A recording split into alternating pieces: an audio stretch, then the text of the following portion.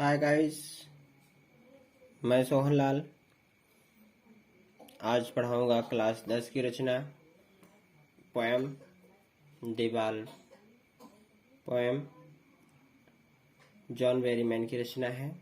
इसमें about the poem के विषय में देखेंगे। जॉन एलिन एमसी प्लान Berryman born John Allyn Smith JR। देखिए, Allyn John Allyn McAlpin Berryman इनकी माँ का नाम था, and born John Allyn Smith इनके पिताजी का नाम था। अक्टूबर 25 अक्टूबर 1914 यानी 1914 में इनका जन्म हुआ था। एंड जनवरी 7 1972 और 7 जनवरी 1972 में इनकी क्या हुआ, डेथ हो गई। इनकी डेथ हो गई। ये 7 जनवरी 1972 को इनकी डेथ हो गई।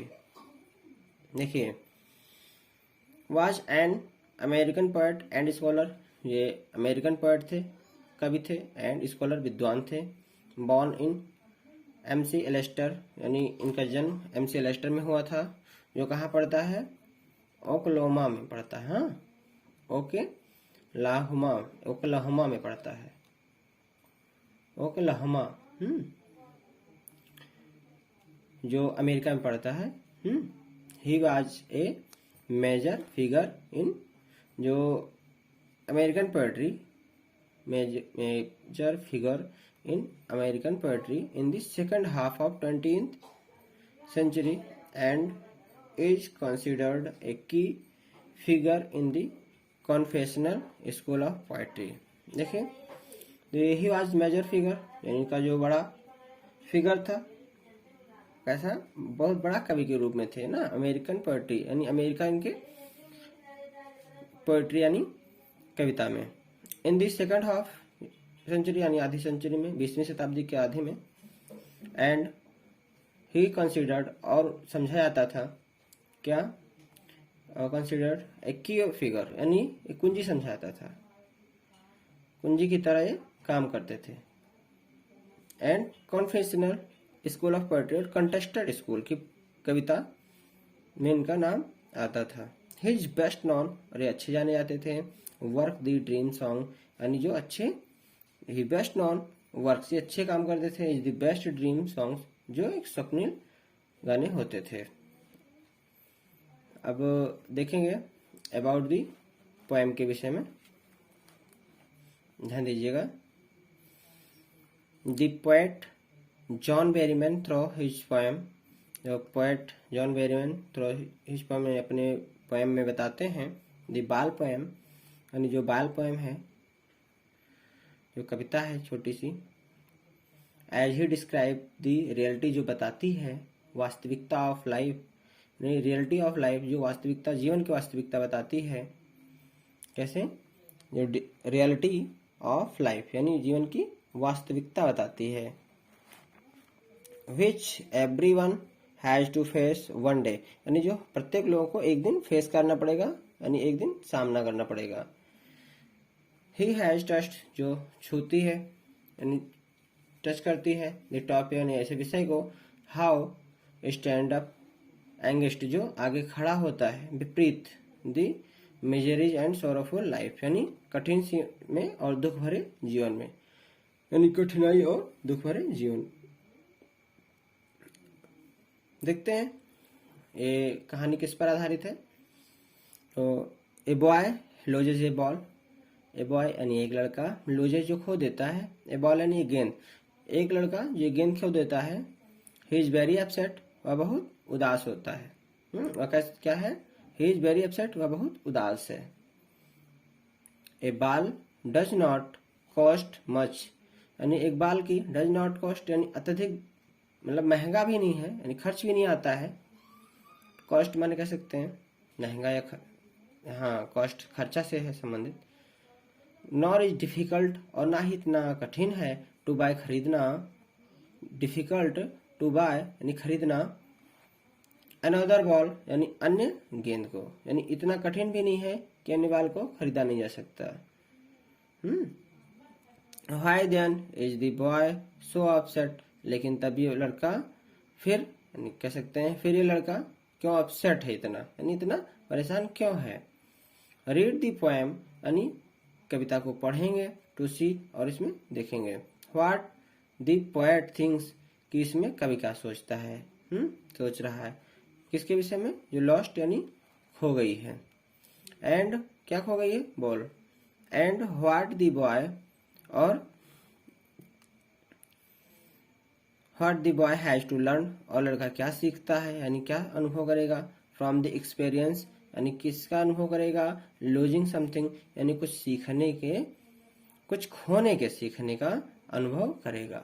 हाँ, तो देखेंगे आगे स्टोरी में। स्टोरी है, ध्यान दीजिएगा।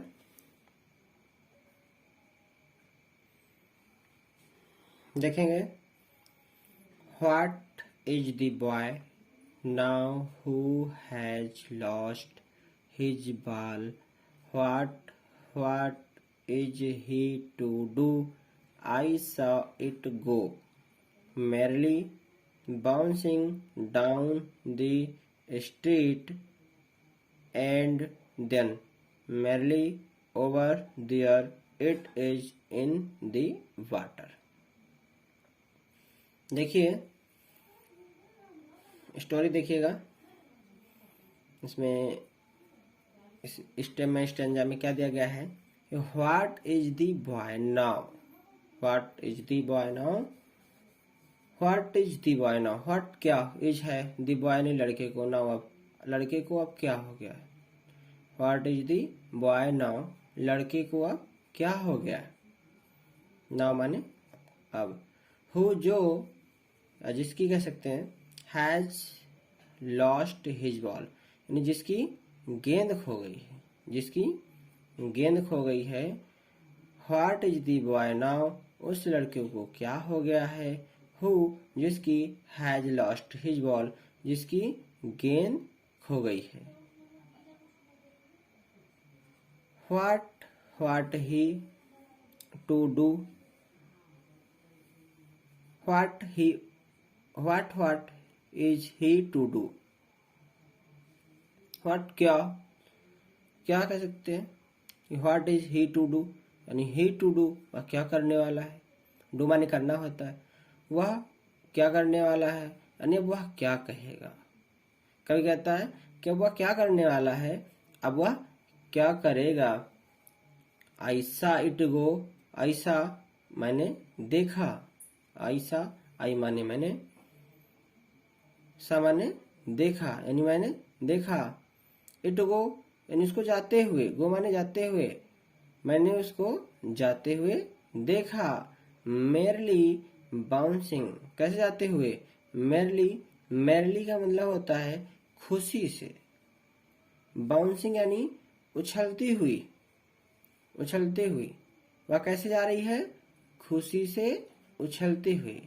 डाउन द स्ट्रीट कहाँ जा रही है, गली में जा रही है, स्ट्रीट माने गली में जा रही है, वह खुशी से उछलती हुई गली में जा रही है यानी जाती है। एंड देन और तब यानी बाद में, मेरली ओवर और वह उछलती हुई, ओवर यानी कहाँ ओवर, किसके ऊपर, जमीन पर उछलती हुई। There it is in the water और कहाँ चली आती है, देयर इट इज यानी चली जाती है, इन दी वाटर यानी पानी में, वह उछलती हुई पानी में चली जाती है। व्हाट इज दी बॉय लड़के को क्या हो गया है, who has lost his ball जिसकी गेंद खो गई है।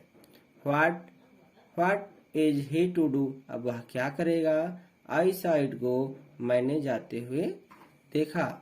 Merely bouncing down the street and then, merrily bouncing यानी खुशी से उछलती हुई गली में जाते हुए देखा। एंड देन और तब बाद में, मेरली ओवर देयर और वह खुशी से उछलती हुई पानी में, there is in the water, और वह पानी में चली जाती है। अगला स्टेप देखेंगे, नो यूज टू से। नो यूज यानी अब कोई नहीं कहेगा, नो यूज टू से, अब कोई नहीं, फायदा है कह सकते हैं। नो यूज टू से यानी कहने से कोई फायदा नहीं, मतलब कोई फायदा नहीं होगा कहने से। क्या, oh there are other balls, कि oh there are other ball यानी अन्य गेंदों के विषय में कि अन्य गेंदे भी हैं, कि ओ देयर आर हैं, अदर बॉल यानी अन्य गेंदे भी हैं। यह कहने से कोई फायदा नहीं होगा कि अन्य गेंदे हैं, यानी अन्य गेंदे भी खरीद सकता है कह सकते हैं। An ultimate sacking grief fix the boy. An ultimate यानी वह चरम सैकिंग दुख, सैकिंग माने गहराई में कह सकते हैं, दुख, ग्रीफ दुख एंड फिक्स जो जड़त्व हो जाता है, यानी जड़त्व कर देती है दी बॉय यानी बच्चे को। An ultimate sacking grief fix the boy, जो लड़के को क्या, चरम दुख में जड़त्व कर देती है, यानी चरम दुख में उस लड़के को जड़त्व कर देती है। एक बार फिर से देखेंगे, an ultimate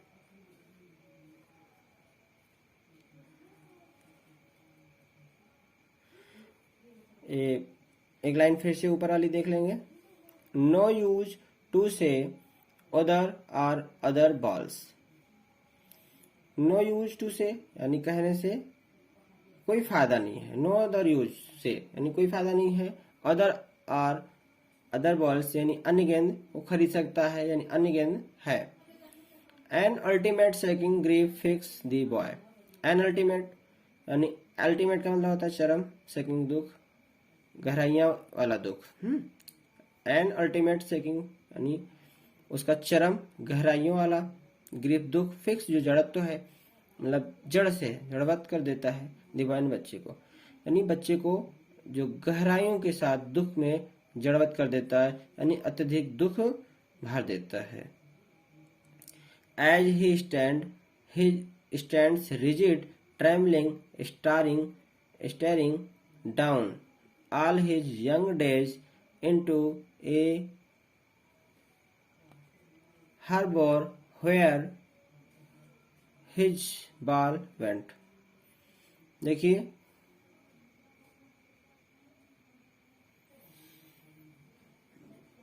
as he stand rigid trembling staring down, as he stand वह खड़ा हो जाता है, rigid यानी कठोर, यानी वह कठोरता से खड़ा हो जाता है। कैसे, कठोरता से खड़ा हो जाता है। ट्रेम्बलिंग यानी ट्रेम्बलिंग कांपता रहता है, यानी घबरा जाता है। स्टेरिंग यानी घूरता रहता है। Down all his young days, और अपने ऑल हिज यानी अपने सारे, यंग डेज यानी बचपन को याद करता है। इनटू दी हार्बर, और कहाँ पे देखता है, बंदरगाह को। वेयर जहाँ पर हिज बॉल वेंट, जहाँ पर उसकी गेंद गई है। तो एक बार फिर से देखते हैं इस स्टेप को, कि नो यूज टू से, अब नो यूज टू से यानी कहने से कोई फायदा नहीं होगा। ओ अदर आर अदर बॉल्स, कि अन्य गेंदे भी खरीदी जा सकती हैं, कि अन्य गेंदे भी हैं। An ultimate sacking grief fix the boy. An ultimate यानी एक चरम दुख, सैकिंग जो कांप रहा होता है, ग्रीफ यानी दुख के साथ, फिक्स दी बॉय यानी लड़के को जड़वत कर देता है, यानी अत्यधिक दुख के साथ जो लड़के को जड़वत कर देता है, यानी बहुत परेशान कर देता है। कब परेशान कर देता है बच्चों, जब गेंद उसमें हर बॉल यानी बंदरगाह के में जानती हुई दिखाई देती है, तो उसका जो मतलब दुख है वो बहुत गहरा हो जाता है कि मेरी गेंद अंदर चली गई है। और वह तब क्या करता है, ही स्टैंड अप रिजिड, वह कठोरता के साथ खड़ा रहता है। ट्रेम्बलिंग स्टेरिंग डाउन, और वो घबराता है, घबराता भी है, कांपता भी है, और घूरता है। स्टेरिंग हिज यंगेस्ट, और वह अपने बचपन के दिनों को याद करता है। और हार्बर वेयर, कहाँ पर, इनटू जो यानी बंदरगाह को घूरता रहता है। वेयर जहाँ पर हिज बॉल यानी उसकी गेंद वेंट यानी चली गई है।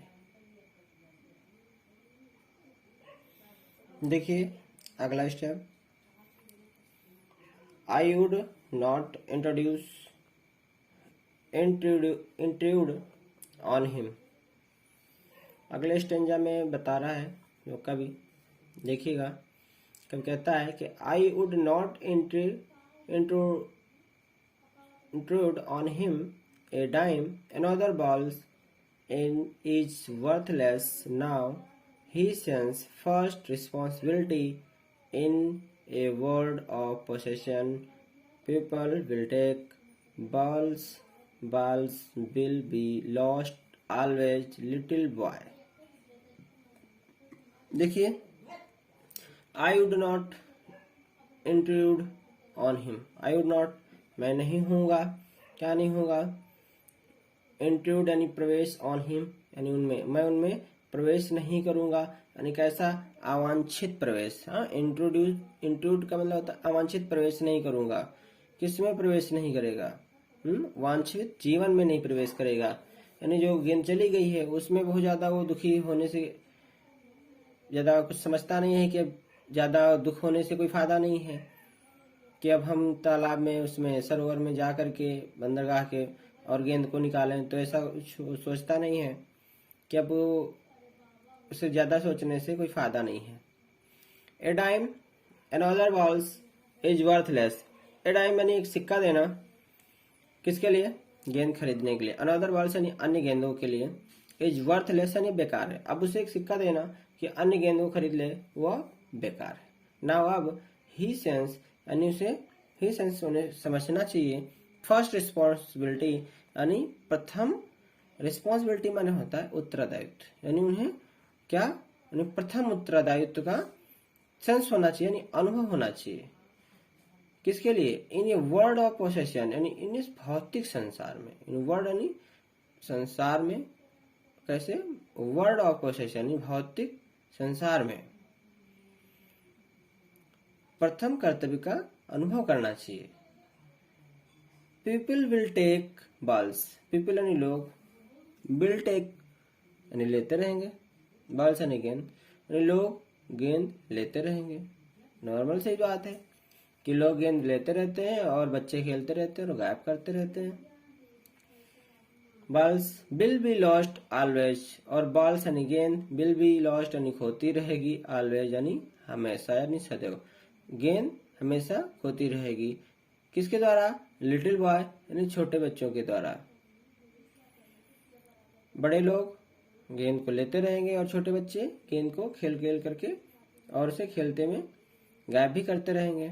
फिर से देखेंगे step, I would not intrude on him, मैं उनमें अवांछित प्रवेश नहीं करूंगा, ए डाइम और उसे एक सिक्का भी नहीं दूंगा, अनदर बॉल्स यानी अन्य गेंद खरीदने के लिए, एज वर्थलेस जो अब बेकार है, यानी अब क्या है, अब बेकार है यानी व्यर्थ है कि वो एक गेंद भी खरीद ले, उसका भी प्रस्ताव देना बेकार है। नाउ अब ही सेंस यानी उससे अनुभव करना होगा, first responsibility in a world of possession, यानी फर्स्ट रिस्पॉन्सिबिलिटी यानी प्रथम उत्तरदायित्व इन वर्ल्ड ऑफ पोसेशन यानी भौतिक संसार में। पीपल विल टेक बॉल्स यानी लोग गेंद खरीदते रहेंगे, balls will be lost always, little boy, और गेंद विल बी लॉस्ट यानी खोती रहेगी, ऑलवेज सदैव, लिटिल बॉय यानी छोटे बच्चों के द्वारा गेंद खोती रहेगी।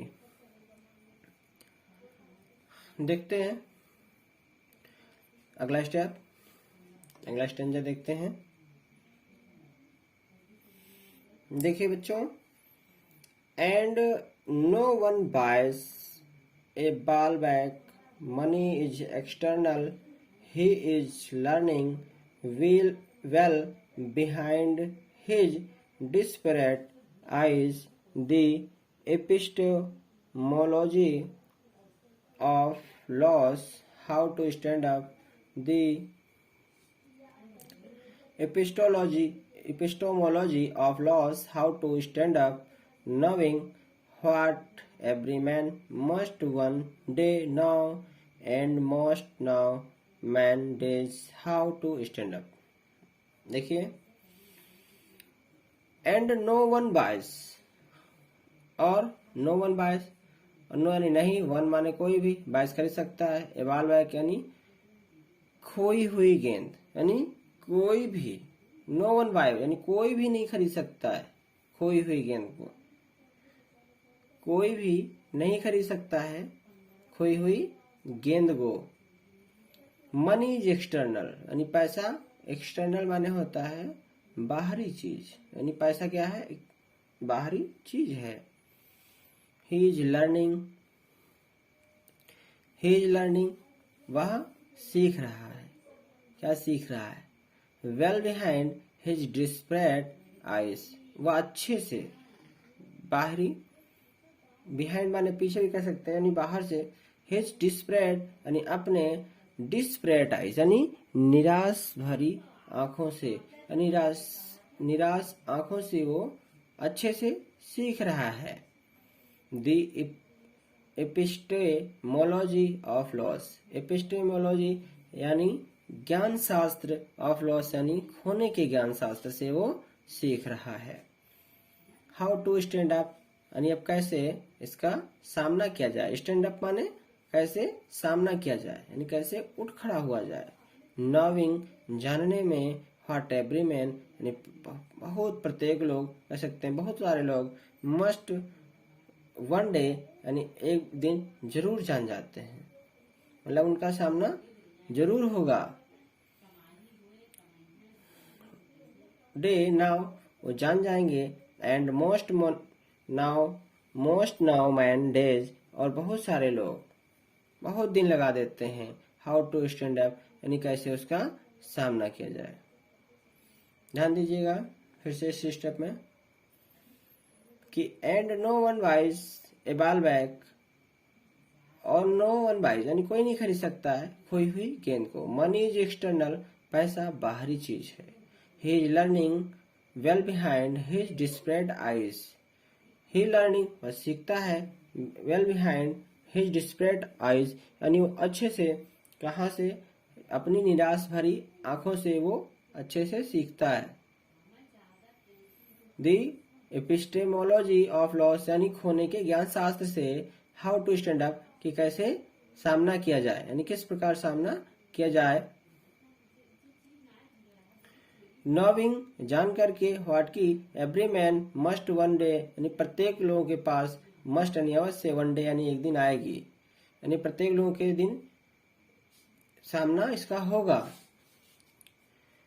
एंड नाउ और जानते हैं, एंड मोस्ट नाउ और अधिक भी जानते हैं, मैनी डेज यानी बहुत सारे दिन में, इसको जानने में मैनी डेज यानी बहुत सारे दिन लगा देते हैं। हाउ टू स्टैंड अप कि कैसे इसका सामना किया जाए, कैसे उठा जाए। तो उम्मीद करते हैं कि इससे आप लोगों को इस पोएम से बहुत कुछ सीखने को मिलेगा, और आप लोग बोर्ड पेपर की तैयारी भी अच्छे से कर पाएंगे, और इसका अच्छे से अध्ययन करेंगे। और वीडियो को अच्छा लगे तो शेयर करेंगे और सब्सक्राइब करेंगे, और अपने बच्चों मित्रों और अपने क्लास के बच्चों से भी इसको शेयर करेंगे, जिससे उनकी भी पढ़ाई में मदद हो। और चैनल को सब्सक्राइब कराना ना भूलें। धन्यवाद।